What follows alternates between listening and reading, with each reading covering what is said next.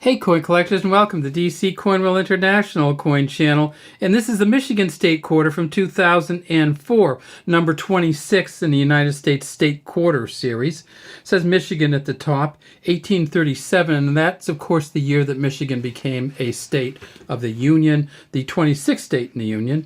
Great Lakes State here, and that's because Michigan is in a sense surrounded by all these different Great Lakes. And then down at the bottom it says 2004 E Pluribus Unum. And if we look right in here, I think we'll see something else. And there we go. If we tip it just the right way, you can see that that's a D and a W. And that's for Donna Weaver, who was the engraver of this Michigan State Quarter. The back of these quarters all had different engravers and different state designs.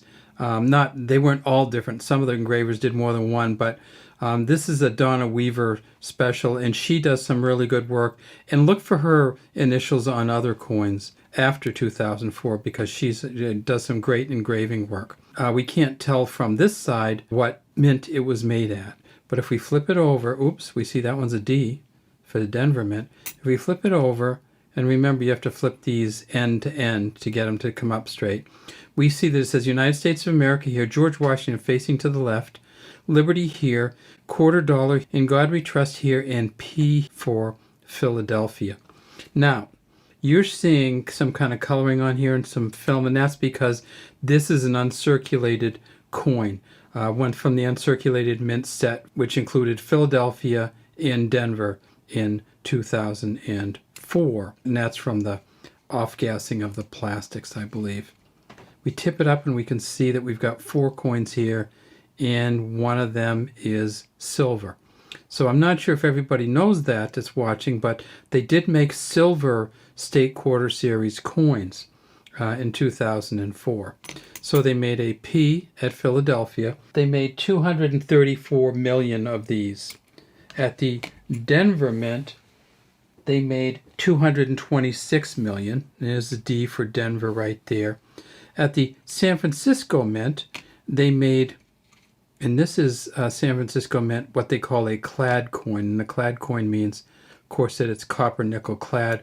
But what they do with these San Francisco Mint sets, because these are special mint proof sets, they give them a different kind of polishing, and Washington kind of pops off the coin a little bit. Also, if we look down in here, we see something that's on all of these quarters, and let's take a look at that. We saw the initials on the back, and that was Donna Weaver. On the front, we see there's a JF here for John Flanagan, who originally designed these coins in the 1930s. And then there's a WC for William Cousins, who helped with the update. I was going to say upgrade. I think it is kind of an upgrade, but certainly the update of the coin when they started the State Quarter Series. So they made 2.7 million of the San Francisco Mint, but then they also made a silver coin, and this is the silver coin here.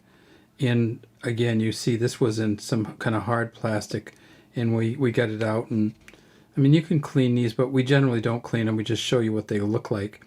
We tip it up, we can see without a doubt that it's silver. And these silver coins, there was a couple different ways you could get these. You could get these in an uncirculated set, these what they call proof set State Quarter Series. And this is just, all that was in this one would be the 5 state quarters for that year. And that would be Michigan, Florida, Texas, Iowa, and Wisconsin with a 5 for that year. You can see them down at the bottom of the, see down here, they go across the bottom. You could get it in this, or you could get all of it together. So you could get all the different coins from 2004 in one like this, in a clad series, or you could get it all in a silver proof set. So you see where it says silver proof set here. Or you could get it only the quarters in a silver proof set. So you could get quarters individually, or you could get them in the whole set. And of course the San Francisco Mint, those would be the proof ones. So they don't have any uncirculated coins coming out of the coin sets coming out of San Francisco, of course, because all of them are uncirculated unless you could put one in circulation if you wanted. So there's the P again, there's the D again, and there is the clad. We can tell it's clad. We tip it up, clad S there. When you're looking for these, the most expensive ones, oddly enough, are going to be the ones that were uncirculated.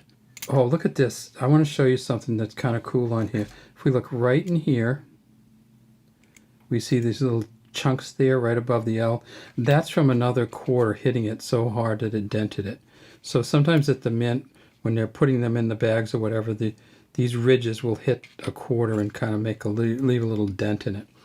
And that's also what this is down here, right there, right over the Q. That's a scratch from when they went through the minting process. So not post-mint damage. Well,